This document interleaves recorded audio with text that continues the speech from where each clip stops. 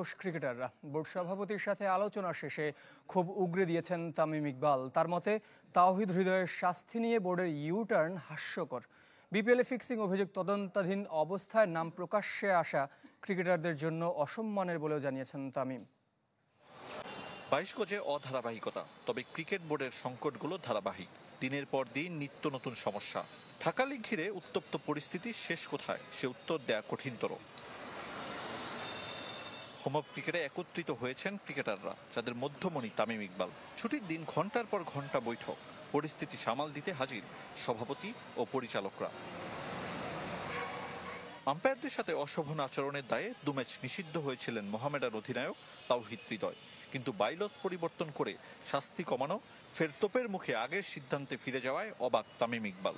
জেরার মুখে হৃদয়ের নিষেধাজ্ঞা সাময়িক স্থগিত করেছে বিসিবি। পরের বছর 1 ম্যাচ নিষিদ্ধ হবেন, দিতে হবে জরিমানাও। এটা কোন রুলে কোন দিকে কিভাবে করছে এটা আমার কাছে জানা নাই।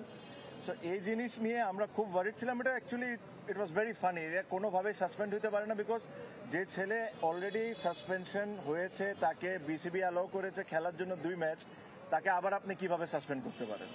শাহিনপুকুর গুলশান ম্যাচ নাড়িয়ে দিয়েছিল ঢাকা লিগ। ফিক্সিং সন্দেহে শাহিনপুকুরে 2 ক্রিকেটারকে নিয়ে প্রকাশ্যে দুর্নীতি দমন ইউনিটের তদন্ত প্রক্রিয়া সম্মানহানি বলে মত। যদি ওখানে কোনো ধরনের কোনো কারাপশন হয়ে থাকে বা কোনো প্লেয়ার কোনো রং ডুইংসে থাকে, আমরা সবাই চাই এটার শাস্তি হোক, আমরা এটার সাথে 100%।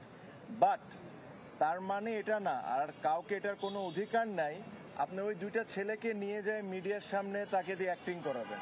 ঘরের কথা পরে জানার মতো বিসিবির অন্দরমহলের খবর প্রায়শই চাউর হয় গণমাধ্যমে। বিপিএলে ফিক্সিং সন্দেহে তদন্ত চলাকালীন ক্রিকেটারদের নাম প্রকাশ্যে আসা নিয়েও কথা বলেছেন খান সাহেব। ওখান থেকে কেউ যদি দোষী হয়, আমরা সব ক্রিকেটাররা চাই তার পানিশমেন্ট হোক, তার যতটুকু শাস্তি দেওয়া সম্ভব দেওয়া হোক। হোয়াট ইফ ওখান থেকে 2 জন নির্দোষ বা 8 জন নির্দোষ, এভাবে করে নামগুলা লিক করে দেওয়া publicly, it is again insult towards cricketers. দেশের ক্রিকেটের অসঙ্গতি দূর হওয়ার আশা নিয়ে শেষ বিকালে বিসিবি ছেড়েছে ক্রিকেটাররা। 2019 সালে বিদ্রোহের ঘটনা মনে করিয়ে দেয় দ্রুত পদক্ষেপ ছাড়া উপায় নেই বিসিবি সভাপতি।